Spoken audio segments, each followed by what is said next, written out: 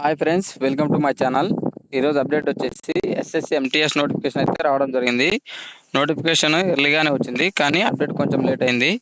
కాబట్టి ఎలిజిబిలిటీ ఉన్న ప్రతి ఒక్కరు అయితే లాస్ట్ వరకు వీడియో చూసి అప్లికేషన్ అయితే చేసుకోండి ఫ్రెండ్స్. లేట్ చేయకుండా ఆన్లైన్ అప్లికేషన్ డేటు ఇంకా నోటిఫికేషన్ గురించి అయితే తెలుసుకుందాం. ఇది ఫ్రెండ్స్ ఎస్ఎస్ నుంచి వచ్చినటువంటి ఎంటీఎస్ నోటిఫికేషన్. ఇక్కడ ఇంపార్టెంట్ డేట్స్ విషయానికి వస్తే ఒకసారి చూడొచ్చు. మనకు ఆన్లైన్ అప్లికేషన్ డేట్ వచ్చేసి 26 జూన్ 2025 నుంచి 24 జూలై 2025 వరకు అయితే చాయిస్ అయితే ఉంది.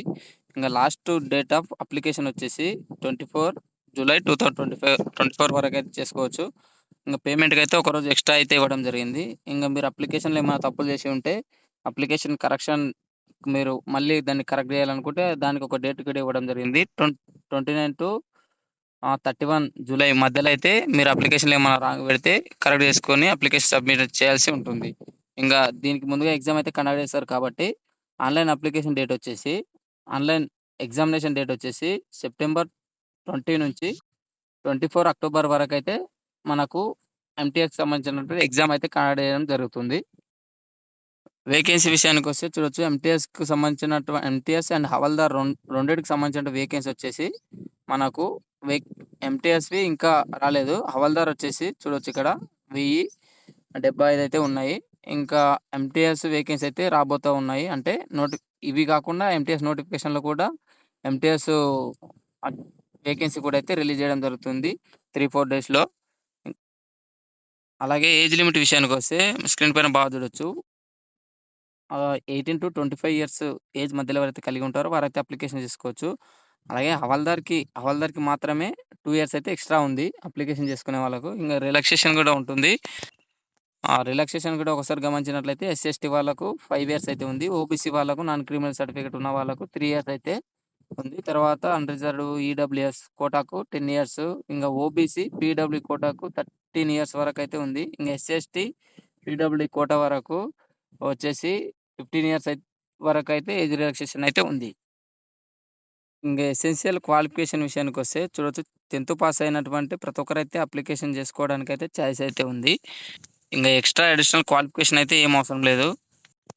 ఇంకా అప్లికేషన్ ఫీజు వచ్చేసి 100 రూపీస్ అయితే ప్రతి ఒక్కరైతే పే చేయాల్సి ఉంటుంది. ఎలాంటి రిజర్వేషన్ అయితే లేదు.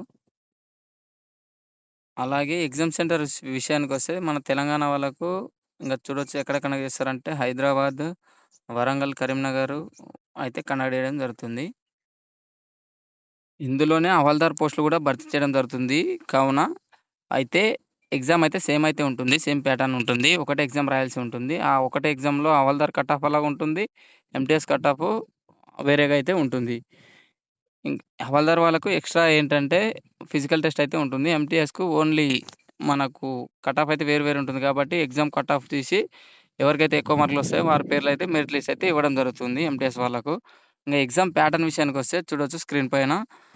మనకు సెషన్ 1, సెషన్ 2 అయితే కండక్ట్ చేయడం జరుగుతుంది. సెషన్ 1లో న్యూమరికల్ యాప్టిట్యూడ్ అంటే మ్యాథమెటిక్స్ సంబంధించిన క్వశ్చన్లు ఎన్ని వస్తాయంటే 20 క్వశ్చన్స్, ఈచ్ క్వశ్చన్ 3 మార్క్స్ కాబట్టి 60 మార్క్స్‌కి అయితే కండక్ట్ చేయడం జరుగుతుంది. అలాగే పార్ట్ 2 వచ్చేసి రీజనింగ్ వచ్చేసి 20 క్వశ్చన్స్ 60 మార్క్స్‌కి అయితే ఉంటుంది. ఇంకా ఈ ఫస్ట్ సెషన్ వచ్చేసి 45 మినిట్స్ అయితే టైం అయితే ఉంటుంది ఎగ్జామ్. ఇంకా నెక్స్ట్ సెషన్ 2 వచ్చేసి జనరల్ అవేర్‌నెస్ అండ్ ఇంగ్లీష్ కలిపి 25 క్వశ్చన్స్ మొత్తం 150 మార్క్స్‌కి అయితే ఉంటుంది. ఇది కూడా 45 మినిట్స్ అయితే టైం అయితే ఉంటుంది. మీకు ఫస్ట్ సెషన్ వచ్చేసి కేవలం క్వాలిఫైయింగ్ నేచర్ మాత్రమే. సెకండ్ సెషన్‌లో ఎవరికైతే ఎక్కువ మార్కులు వస్తాయో వాళ్ళకైతే జాబ్ అయితే కన్ఫర్మ్ అని చెప్పొచ్చు. ఇంగ్లీష్‌లో ఎక్కువ మార్కులు ఎవరు స్కోర్ చేస్తే వాళ్ళకు కూడా జాబ్ వచ్చే ఛాయిస్ ఎక్కువ అయితే ఉంటుంది. హవాల్దార్ వాళ్ళకు చూడొచ్చు ఇక్కడ ఫిజికల్ టెస్ట్ అయితే కండక్ట్ చేయడం జరుగుతుంది. 1600 మీటర్స్ జస్ట్ వాకింగ్ చేయాల్సి ఉంటుంది. ఎన్ని నిమిషాలు అంటే మనకు 15 మినిట్స్‌లో అయితే వాకింగ్ చేయాల్సి ఉంటుంది 1600 మీటర్స్. ఇంకా ఫీమేల్ వాళ్ళకి వచ్చేసి 1 km అయితే 20 మినిట్స్‌లో వాకింగ్ చేయాల్సి ఉంటుంది.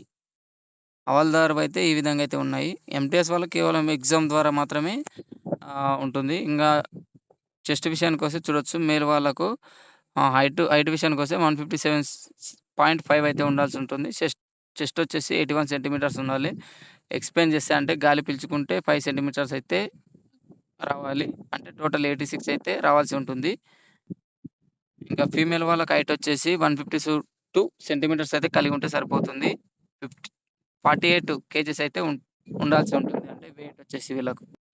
ఈ విధంగా సెలక్షన్ ప్రాసెస్ అయిన తర్వాత ఫైనల్ మెరిట్ లిస్ట్ అయితే విడుదల చేయడం జరుగుతుంది. ఈ ఫైనల్ మెరిట్ లిస్ట్‌లో ఎవరి పేరైతే ఉంటుందో వాళ్ళకైతే జాబ్ అయితే ఇవ్వడం జరుగుతుంది.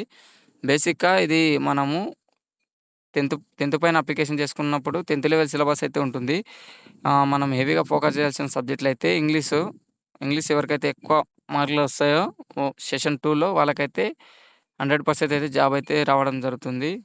దీంట్లో ఎలాంటి డోకా లేదు. ఇది ఫ్రెండ్స్ ఈ నోటిఫికేషన్ సంబంధించినటువంటి ఫుల్ డీటెయిల్స్. ఇంకేమైనా డౌట్‌లుంటే